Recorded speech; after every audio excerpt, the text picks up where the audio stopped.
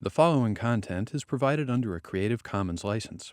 Your support will help MIT OpenCourseware continue to offer high-quality educational resources for free. To make a donation or view additional materials from hundreds of MIT courses, visit MIT OpenCourseware at ocw.mit.edu. Last time, Professor Guttag introduced the idea of objects and classes, and this wonderful phrase called object-oriented programming. And it's a topic I want to pick up on today. We're going to do for the next few lectures. And it's a topic I want to spend some time on because this idea of capturing data and methods, the term we're going to use for it, but data and functions that belong to that data, things that can be used to manipulate them, is a really powerful one. And what we're really getting at is the idea of saying, I want to have a way of grouping together information into units that make sense. So I can go back to one of those topics we had at the beginning, which is the idea of abstraction, that I can treat one of those units as a simple entity, bury away the details, and write really modular code. And so we're going to talk about that a lot as we go along. What we're really doing, or I shouldn't say what we're really doing, a basic piece of what we're doing when we talk about classes or objects is we're doing something that, again, Professor Guttag mentioned. We're defining an abstract data type. Now, what in the world does that mean? Well, basically what we're doing is we're giving ourselves the ability to create data types the same way that we have some built-ins. So we have things like int, float, string. These are built-in data types. And if you think about it, associated with each one of those data types is a set of functions that's intended to apply to it. Sometimes the functions sometimes a function can be used on multiple data types. Plus, for example, we saw could add strings or could add ints. But each one of those data types has associated with it a set of functions that are geared to handling that. We want to do the same thing, but with our data types. We want to create data types and functions, or we're going to call them methods, that are specifically aimed at manipulating those kinds of objects. And our goal is then to basically see how we can build systems that take advantage of that modularity. Right, so the fundamental idea then is I want to glue together information. I want to take pieces of data that naturally belong together, glue them together, and attach some methods to it. And that's, saying a lot of words. Let's do an example because it's probably easiest to see this by looking at a specific example. All right, so here's the example I'm going to start with. Suppose I want to do a little piece of code that's going to do planar geometry, points in the plane. All right? So I want to have some way of gluing those things together. Well, you know what a point is. It's got an x and a y coordinate. It's natural to think about those two things as belonging as a single entity. So an easy way to do this would be to say, let's just represent them as a list. Right? Just as a two list, or a list of two elements. It'd be easy to think of a point as it's a list of an x and a y coordinate. Okay. For example, I might say point P1 is that list. X is 1, y is 2. And in fact, if I draw a little simple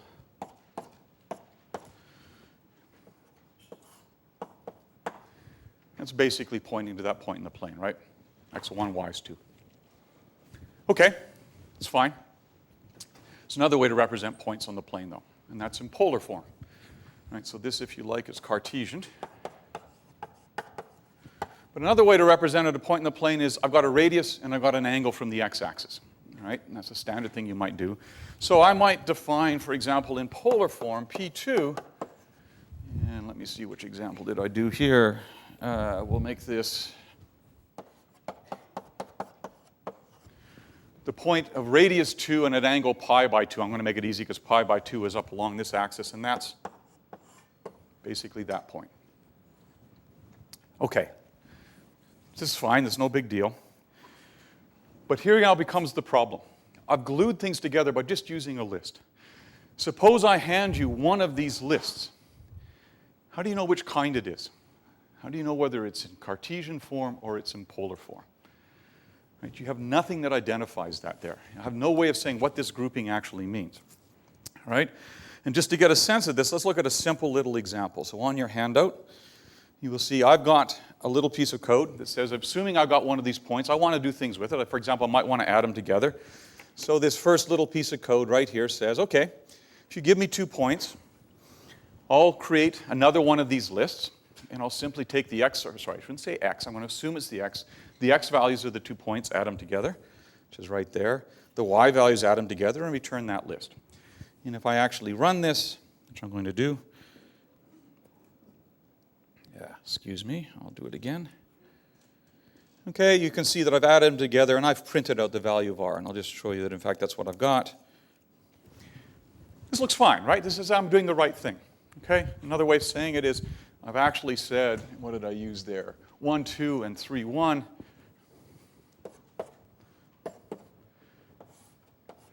It's basically saying, there's the first point, there's the second point, add them together, and I get that point. Okay, that sounds fine. Now, suppose, in fact, these weren't x and y glued together, these were radius and angle glued together. In that case, the point P1 doesn't correspond to this point. It actually corresponds to a point of radius 2 and angle 1, which is about here. I think I wrote this down carefully so I would make sure I did it right. Sorry, I said that wrong. Radius 1 and angle 2. 2 radians is a little bit more than pi half. And the second point is of radius 3 and angle 1, which is up about there. So what point, sorry, bad pun, what point am I trying to make here? Different understandings of what that piece means gives you different values. And that's a bit of a problem. The second problem is, suppose actually I had P1 and P2 were in polar form, and I ran add points on them, right? This little piece of code here that I did. Does that even make any sense? Of course not, right? You don't, when you add two polar forms, you don't add the radii together, you don't add the angles together, you need to do it in Cartesian form. So what I'm leading up to here is that we've got a problem. And the problem is that we want to build this abstract data type, but we'd like to basically know what kind of object is it and what functions actually belong to it. How do we use them? And so I'm going to go back to this idea of a class, and let's build the first of these. And that is shown right here on this piece of your handout. I'm going to define a class. And in particular, what I'm going to do is walk through what that says. So I'm going to now build an object that's going to represent a point.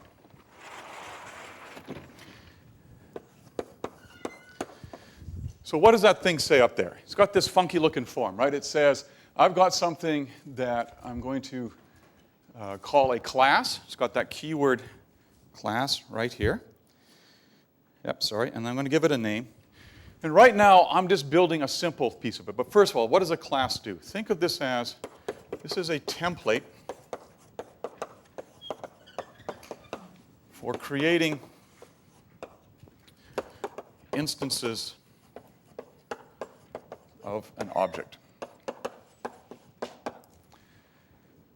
Now, at the moment, it's a really dumb template. I'm going to add to it in a second, but I want to build up to this. Right now, it's got that second keyword there called pass, which is just Python's way of saying there's an empty body in here. Right? We're going to add to it in a second. But the idea is that a class is going to be a template for creating instances. How do I use it? Well, I call class just like a function, and you can see that below. Right? Having created this thing called Cartesian point, I'm going to create two instances of it. CP1 and CP2. Notice the form of it. It's just the name of the class followed by open paren, close paren. It's treating it like a function.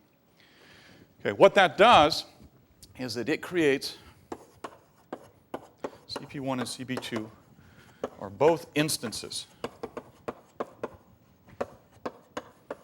of this type. Specific versions of this type.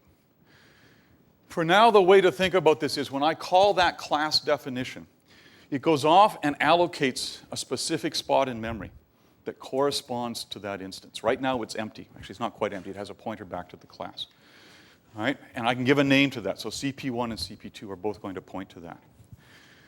Once I've got that, I can now start giving some variable names. Sorry, not rephrase that. I can give some attributes. I can give some characteristics to these classes. So each instance has some internal, or will have some internal attributes. And And notice how I did that up there. Having created CP1 and CP2, I had this weird-looking form here. Not so weird, you've actually seen it before, in which I said CP1.x equals 1.0. What's this doing? CP1 points to an instance. It points to a particular version of this class. And I have now given an internal variable named x and a value associated with that. So I've just given it an x variable. Right? CP1.y, I've said assign that to the value 2.0. So now CP1 has inside of it an x and a y value.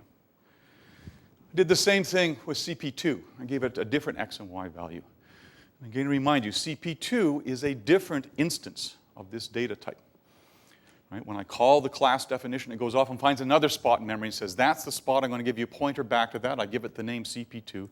And then by running these two little assignment statements here, I've given it an x and a y value for CP2. So you see why I say it's a template, right? Right now it's a simple template, but it's a template for creating what a class looks like. And I now have an x and y value associated with each instance of this. Okay, and if I wanted to look at it, we can come back over here. And we can see what does CP1 look like. Interesting. It says some funky stuff and says it's a kind of Cartesian point. And that's going to be valuable to me when I want to get back to using these things, right? You see that little thing says dot Cartesian point in there. If I want to get out right now the versions of these things, I can ask what's the value of CP1x, and it returns it back out. And I could say CP2.x. Now, that was a bad one to use because I used the same value in both places, didn't I? So let's do CP1.y and CP2.y. Okay, so I've just created local versions of variables with each one of these objects. I can get at them just like I would before. I can assign them in as I might have done before. Okay. Now that I've got that, I could think about what would I want to do with these points. Well, one thing I might want to do is say, well, is this the same point or not? So the next little piece of code I've written here, let me just move down to it slightly.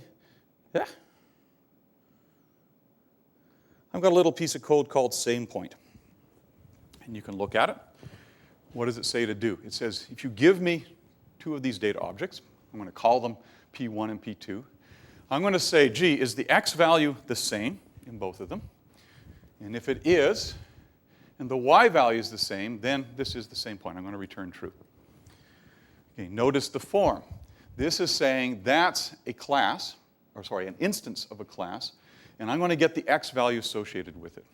I'm going to come back in a second to how it actually does that. But it basically says, get me the x value for P1, get me the x value for P2, compare them, just as we would normally. And I got another little thing here that I'm going to use a little later on that just prints out values of things. Okay. Let's see what happens if I do this. So let me show you a simple little example. I'm going to go over here, and let me define a couple of these things. I'm going to say P1, try it again. P1 is a Cartesian. It would help if I could type a Cartesian point. Okay. And I'm going to say P1 of x is 3, P1 of y is 4. And I'm going to make P2 another Cartesian point. And I'll give it an x value of 3 and a y value of 4. Okay. Now I want to say, are these the same thing? I've got a little procedure that could do that, but you know, a simpler thing I could do is to say, well, gee, wait a minute. Why don't I just check to see if these are the same thing? So I can say, is P1 same as P2? Using Scheme's built-in is comparator. Say, is this, sorry? Python Scheme. Whoa, there's a Freudian slip. Thank you, John. I'm showing my age and my history here. Is P1 and P2 the same thing? Hey, there's a bad English sentence, even worse. Now I'm really thrown off. I'm using Python's is comparator to say it's the same thing. It says no. But if I say, are P1 and P2 the same point?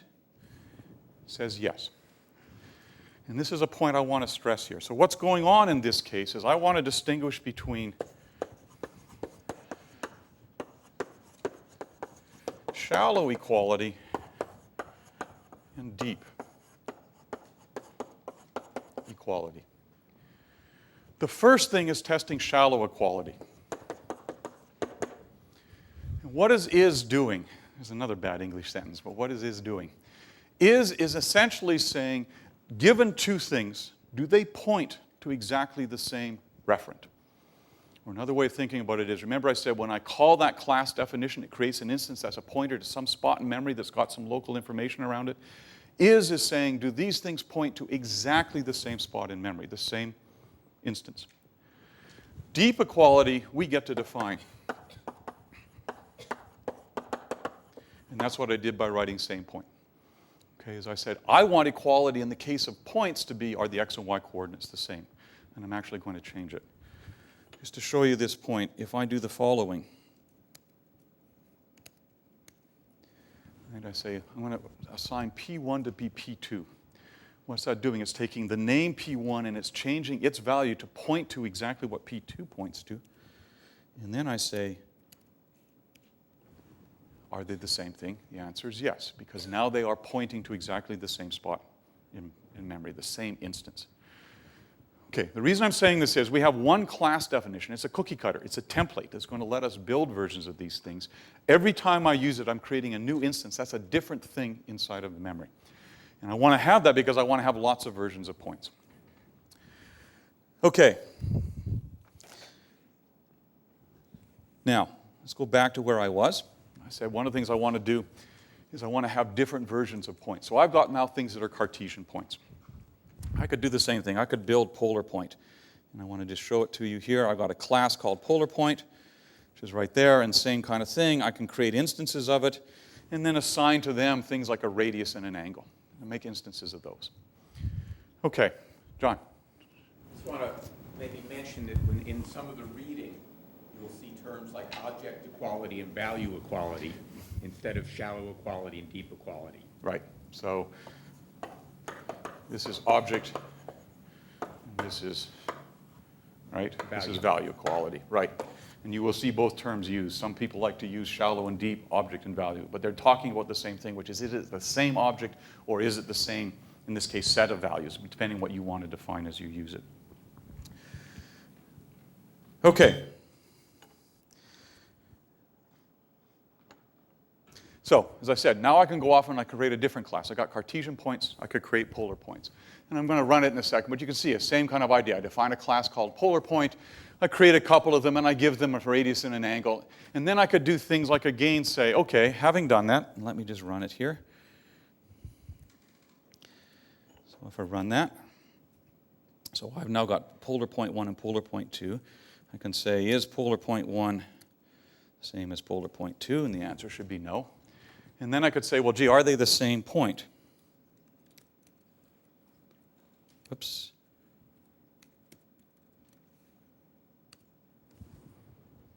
Ha. What happened? Well, it bombed out, because what was I expecting to do? I was expecting to compare x and y values, not radius and angle. And so this doesn't know how to do it. It doesn't have a method to deal with it, so it complains. So what's my problem here? And this is what I want to now lead up to. I could imagine writing another function for same point, and I have to give it a name like same point polar and same point Cartesian, a different function to compare polar versions of these points. But that's starting to get to be a nuisance.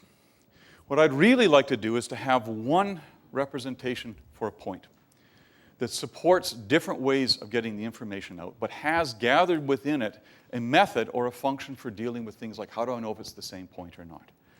So I want to take this idea of classes now and I want to generalize it. Right? And that is going to lead us then to this funky looking thing. Right there. And I'd like you to look at that in your handout. Okay? I'm going to go back and rebuild a class. Okay, and again, I'm going to remind you the class is this template. But now I'm going to change it. So what does that new version of class say? I'm going to call it C point just to make it a little shorter. You can see inside of it it's got a set of definitions for things like functions. And that first one is this kind of interesting thing. It's 2 underbars init, 2 underbars. Underscores, I guess, is the right way to say it, not underbars. Right, that's a specific name. And what it basically says is when I call the class instance, boy, it's a bad mistake. When I call the class definition, that is, I call cPoint, right, I'm going to call it with a specific set of arguments. And what is going to happen is that init is going to then apply. It's going to apply to those arguments. So let me, in fact, show you an example. I've got a definition of Cartesian point. I've got a definition of polar point. And let me just run these to get them in there. And now let's do the following. Let P be a Cartesian point, and we'll give it a couple of values. Okay? So what happened? Notice the class definition here is there. This is the first thing that's got called, and I just called it with a value for an x and a value for y, and it went off and did something for me. Does that look right?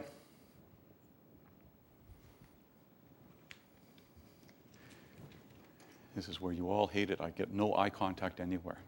Anything look odd about that? I said when I call this class definition, it calls a init, and I give it an x and a y value. How many arguments does a init take? 3. How many arguments did I give it? 2. What in the world's going on? Well, this is a piece of object-oriented encoding that we get to talk about a little bit. There's this weird extra variable in there called self. So what is self? And I have to admit, I did the standard thing you do every time you get run across something you don't know about. You go to Wikipedia. So I went and looked up self in Wikipedia, and I have to read it out. Wikipedia informs us that the self is the idea of a unified being, which is the source of an idiosyncratic consciousness.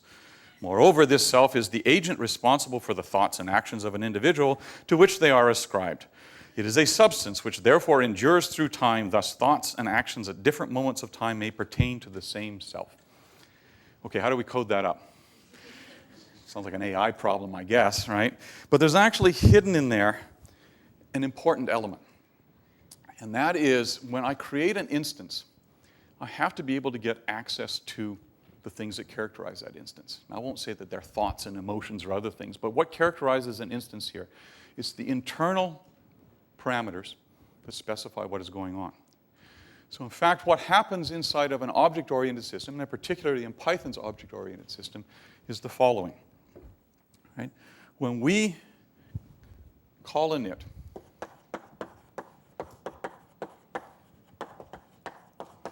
it's going to create the instance, right, just as we said before. But in particular,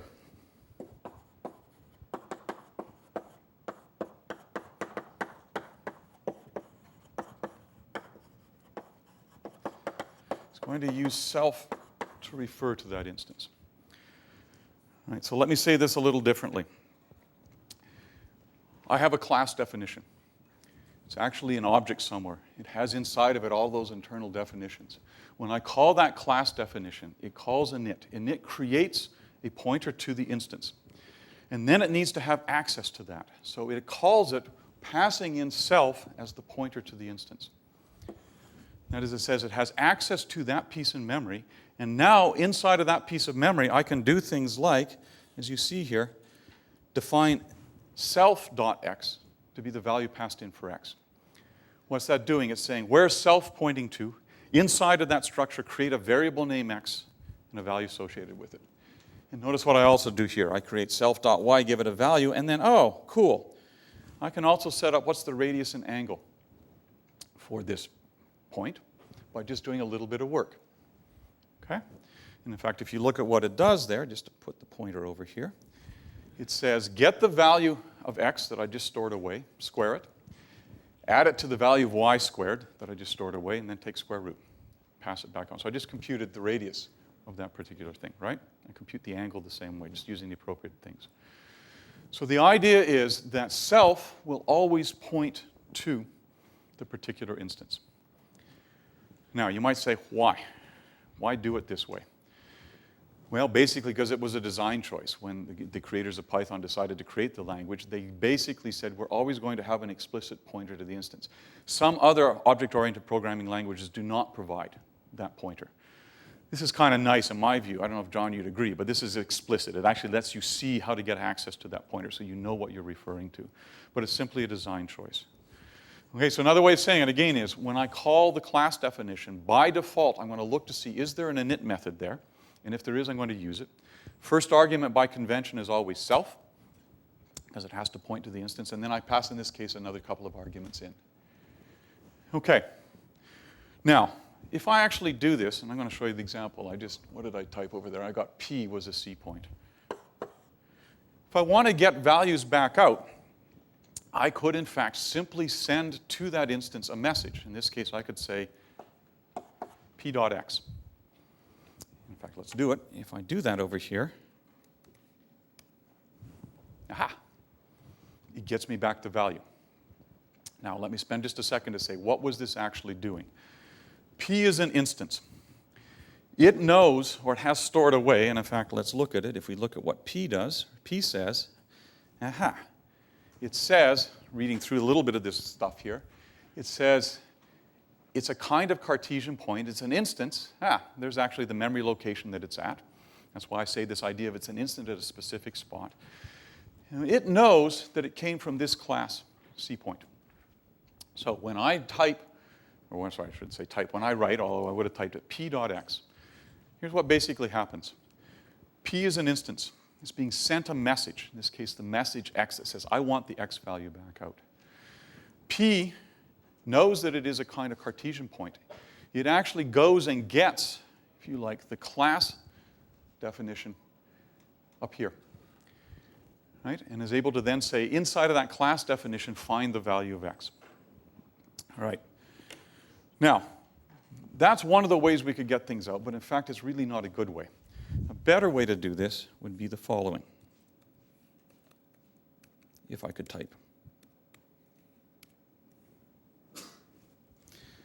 Okay? What did I just do there?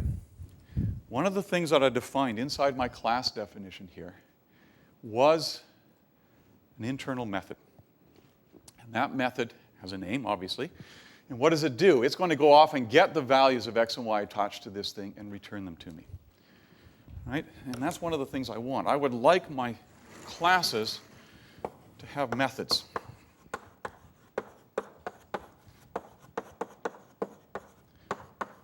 Which can access the values of the specific instance.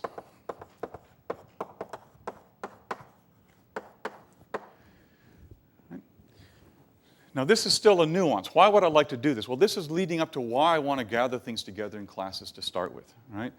It's perfectly legal in Python to type that in and get the value back out. As I said, I would prefer to do something that uses an accessor that I just wrote. So p.cartesian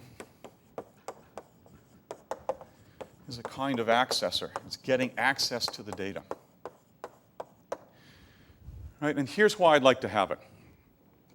Right now, I still have the problem that those instances of classes are exposed. What do I mean by that? Here's something I could do.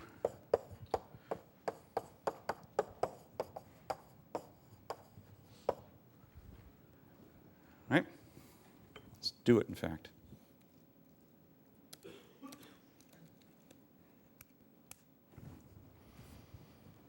Okay. What point in the plane does P now point to? X-axis is foobar, y-axis ought to be foobaz, something else, right? I know it looks like a simple and silly little example, but at the moment, I still have the ability to go in and change the values of the parameters by that little definition, and this makes no sense. And this is because I don't have something I would really like to have. Okay, which is data hiding. So you'll see lots of definitions of this. I think of data hiding as basically saying one can only access instance values, or we'll call them that, instant values through defined methods.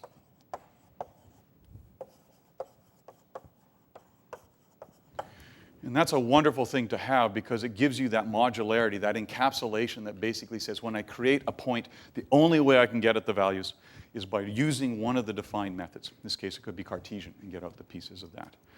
Unfortunately, Python doesn't do this, which is really a shame. Or another way of saying it is, please don't do that. Don't go in and change the values of things by using the direct access. Have the computational hygiene, if you like, to only go through accessors, only go through methods that are actually provided to you as you do this. And actually, don't remember, John, C++ does have data hiding, I think, right? Yeah, and not only shouldn't you change it, you shouldn't even read it. Exactly. Which you're going to see in a second I violated in some of my code, which Professor Guttag is going to yell at me about shortly, because I should have done it through accessors. But he's exactly right. A good, hygienic way of doing this is, not only do I not go in and change things except through a predefined method, I shouldn't read it other than through a predefined method. I should use Cartesian or polar to pull out those pieces of it. Okay. Once I've got that, you notice I can now define a polar point, same way. And notice I've now solved one of my problems, which is in each one of these cases here, I'm creating both x, y, and radius angle values inside of there. If it's in polar form, I passed in a radius and angle, and I'll compute what the x and y value is, right? If it's in Cartesian form, I pass in an x and y, I compute what a radius and angle is. But it now says that no matter what kind of form I made it from, I can get out that kind of information. So for example, I define P, you'll remember back over here, as a Cartesian point, but I can actually ask for its polar form. And it's there accessible to me. Okay, this is great. Just to drive home one more reason why I don't want to have changes to the values other than through predefined things. Notice what happens if I do the following. I could say I want to change the radius of this particular thing. Okay? Perfectly reasonable thing to do. And if I go look at the polar form of this, okay, good. Looks right, right? It's now got a different radius, same angle, so I just changed the radius of it. Oh, but what happened to the Cartesian form? I should have done this earlier by typing the Cartesian form earlier, so let me go back to where I was. Sorry for that. Let me go, we'll make this a 1 again. And if I look at the Cartesian, I did have the Cartesian form. Don't mind me while I mutter to myself here quietly. That's right, I did screw that up badly. All right, we try one more time. Here we go. Let's try one more time. We'll make P a new point. Okay? There's the Cartesian representation of it, which is right, 1, 2. Here's the polar representation of it. Some random set of numbers, which makes sense. If I now say, I'm going to go ahead and change the radius of this to something.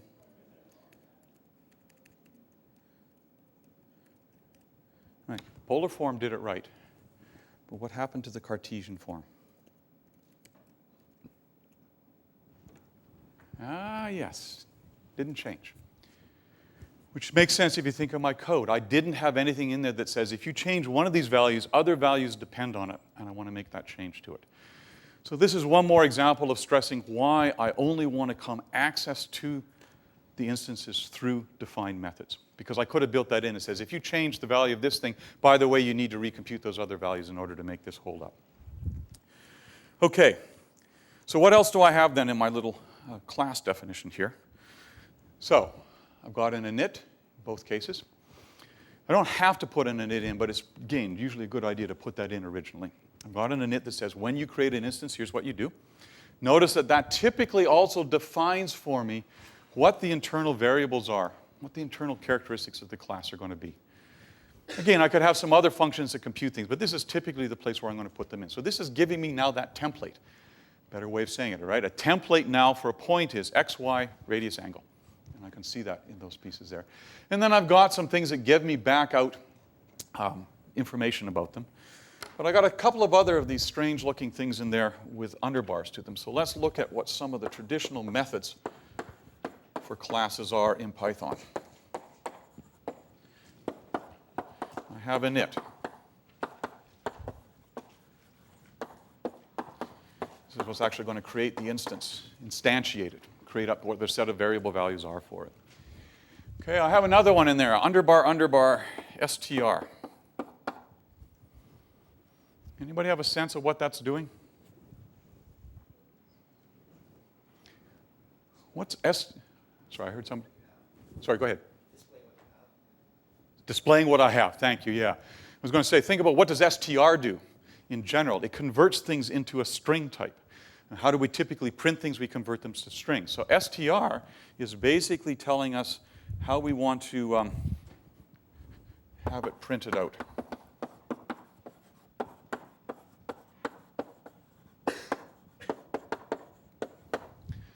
Okay? And in fact, if we look at this, if I say print of p, it prints it out in that form. Now, this is actually a poor way to do it because you might have said, well, it's just a list. But remember, it wasn't a list. What does it do? It says, if I want to print out something I built in Cartesian form up here, it says, again, I'm going to pass it in a pointer to the instance, that self thing, and then I'm going to return, a string that I combine together with an open and close paren, a comma in the middle, and getting the x value and the y value and converting them into strings before I put the whole thing together.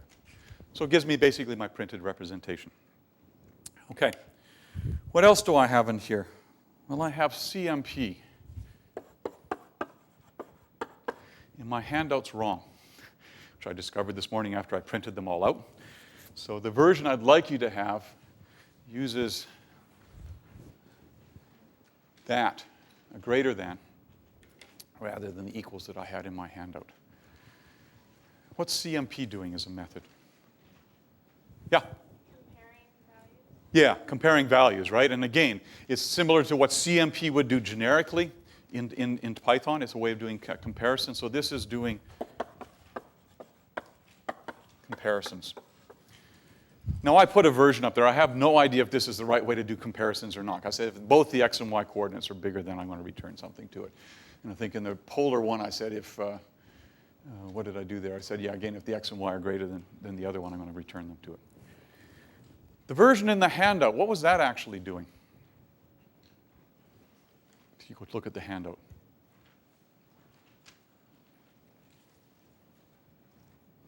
Well, I think it was comparing are they the same, right? So that would actually be another method I could put in.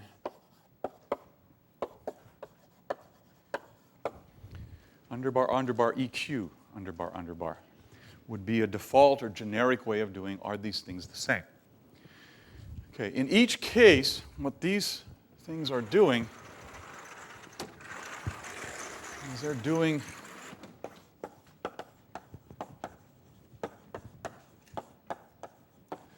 what sometimes gets referred to as operator overloading. I know you don't remember that far back, but in about the second lecture, I made a joke with Professor Guttag, which you didn't laugh at, he didn't laugh at, that's okay. In which I said, I didn't like the fact that things like plus are overloaded because you can use plus to add strings, you can use plus to add numbers, you can use plus to add floats. And he quite correctly, because he's more senior than I am, more experienced than I am, said it's actually a good thing. And he's right, most of the time. And the reason I say that is by having that operator overloading, I can use one generic interface to all of the objects that I want to use. So it makes sense to be able to say, look, for many methods, I do want to have a way of doing comparison. And I don't have to remember at top level what the name of the comparison method was. I can simply use the built-in, I'm about to say scheme again, the built-in Python comparison operation. Say, are these two things the same? Same thing with CMP. That's just saying greater than. And greater than now can apply to strings. It can apply to floats. It could apply to points. I could add other pieces into it. So there are some downsides, in my view, to doing operator overloading, but there are some real pluses. And the main one is I get to just decide, how do I want to use this and call it? Yes, ma'am? For your CMP, what is the other? Right, CMP other. So how would I call this? It's a good question. Here's the way I would call it. Let me give you, I'm going to create a polar point. I'm going to call it Q, and we'll give it some random values. Okay? And now I want to know, is P greater than Q? Now, it happens to return true here, but the question is, where does the other come from? P is a particular object type. When I try and evaluate that expression of greater than, it's going to go into the class to say greater than is a comp method. And so let me say it very carefully here. When I evaluate this, P is an instance of a point. In this case, it was actually of a Cartesian point. It sends a message to the instance, which sends a message to the class to get the CMP method from the class. And that then gets applied to itself, which is P, and one other argument, which is the second piece there. So other points to the second argument that was present. Okay? John? There's nothing magic about the word other. It could have said foo or zork. Yeah, or sorry. anything. Yeah, go ahead. That was part of the question. I could have picked foobar. I could put anything in here. It's simply, notice the form of it here is it's going to take two arguments. And you're right, self is the original instance. This says I need a second argument to it. And that second argument better be a point so I can do the comparison. Yes, ma'am? Aha. What do you think happens? Sorry, the question was, what happens if I said P is less than Q? Got a guess? Seems pretty obvious, right? Yeah. Next time I bring the right glasses.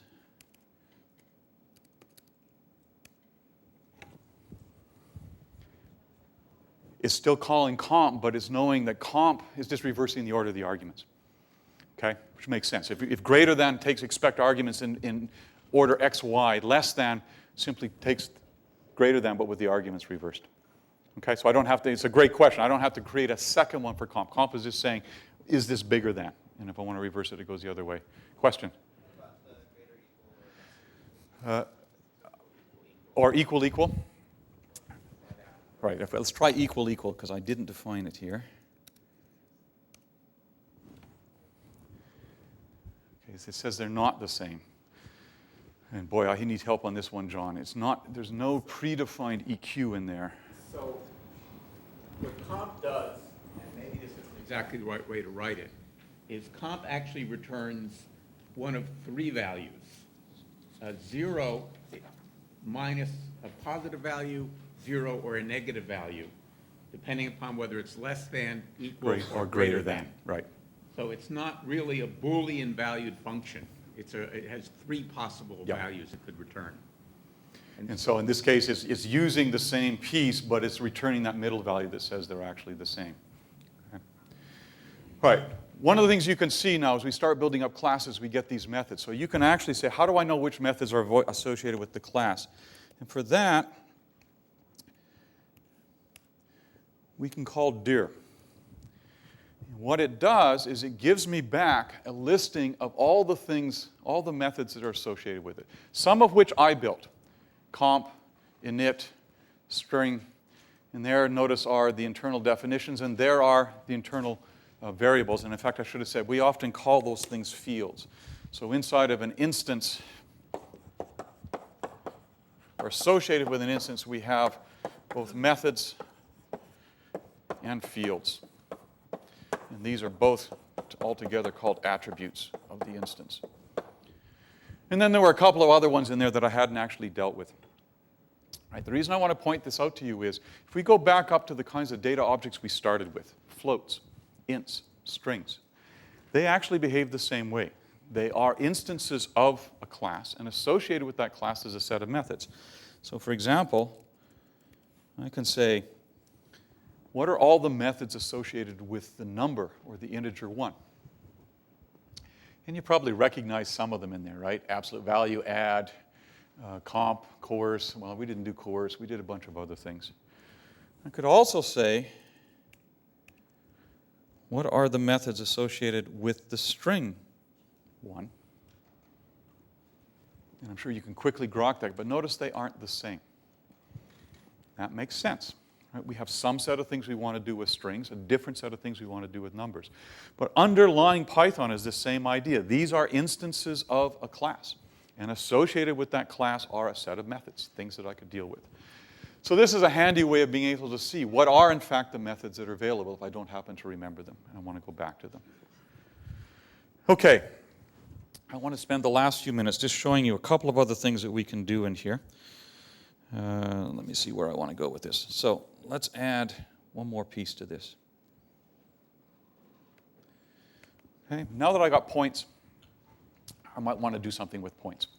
So an easy thing to do in planar geometry is I want to make a line segment. It's got a start point, it's got an end point, right? It's a, if you want to think of it back over here, there's a line segment. It's got a starting point and an ending point. Well, I can do the same thing. And the reason I want to use this as an example is here's my little definition of segment. Again, it's got an initializer or an instance creator right there. Takes a start and an end point. I'm just going to bind local variable names start and end to those pieces. But notice now those aren't just simple things like numbers. Those are actually points. And that's where the modularity comes in. Now I have the ability to say, I've got a new class. I can create instances of a line segment, and its elements are themselves instances of points. Okay? And then what might I want to do with the segment? Well, I might want to get the length of the segment. And I know it's kind of, you can see it on your handout. It just has the rest of the pieces over here. Okay, what's the geometry say? The length of a line segment. Well, it's Pythagoras, right? I take the difference in the x values squared, the difference in the y values squared, add them up, take the square root of that. And notice what this says to do. It says if I want to get the length of a segment, I'm going to pass in that instance. It says, from that instance, get the start point. That's the thing I just bound. And then from that start point, get the x value. Same thing. From that instance, get the end point. And from that end point, get the x value, square. Add the same thing to the y values squared. Take the square root. Yes, ma'am? So are you entering a tuple in for start and end? No, I'm entering, well, let's look at the example right down here. In fact, let me uncomment it so we can look at it. All right. I'm going to uncomment that. So notice what I'm going to do. I'm going to build, in this case, a Cartesian point. I'm going to build a second Cartesian point, and my segment passes in those class instances. Right? They're not tuples. They're simply an instance with some structure in it. And in fact, if I go off and run this, okay, what I was printing here was s1.length. And that's, what is it doing? S1 is a segment. It has inside of it pointers to 2 points, which are instances. And when I call length on this, it takes that starting point, sends it the message saying, give me your x coordinate. Takes the end point, says, give me your x coordinate, and add them together. Now, I prefaced this a few minutes ago about saying Professor Guttag wasn't going to like me. He doesn't like me generally, but that's between he and I. He beats me regularly at tennis, which is why I don't like him. Sorry, John. And this is being taped, which is really good, isn't it? So why am I saying that? I said that if I was really hygienic, and you can now wonder about how often do I shower, if I was really hygienic, I would only ever access the values through a method. And I'm cheating here, right? Because what am I doing? I'm taking advantage of the fact that start is going to be a point, and I'm just directly saying, give me your x value. So I don't know, John, I would argue if I'd written this better, I would have had a method that returned the x and the y value, and it would be cleaner to go after it that way. This is nice shorthand, right? But it's something that, in fact, I probably would have wanted to do differently, right? Why would I want to do it differently? Imagine that I've written code like this. I've written a bunch of code. And I originally decided I was going to have, as points, it's going to have internal values of an x and a y. And then somewhere along the line, I decided to store things in a different representation. If I had had a clean interface, that I had a specific method to get those values out, I wouldn't have to change anything other than that interface. But here, if I decide I'm going to store things not in x and y, but with some other set of names, for example, I've got to go back into these pieces of code that use the points and change them. So I've lost modularity. I'd really like to have that modularity that says I'm only going to get access to the values, not by calling their names, but by calling some specific method to get access to their names. And you could argue, well, x is in some sense inherently a method, but it's not nearly as clean as what I would like. Nonetheless, the last piece I want you to see here, and then I'll let you go, is notice now how that encapsulation, that binding things together has really helped me. Given the abstraction, the notion of a point as an instance with some values, I can now start building segments. And I could now extend that. I could have, polygonal figures that are a sequence of segments. And I would be able to simply bury away the details of how those other instances are created from how I want to use them by simply calling methods on the classes. We'll come back to this next time.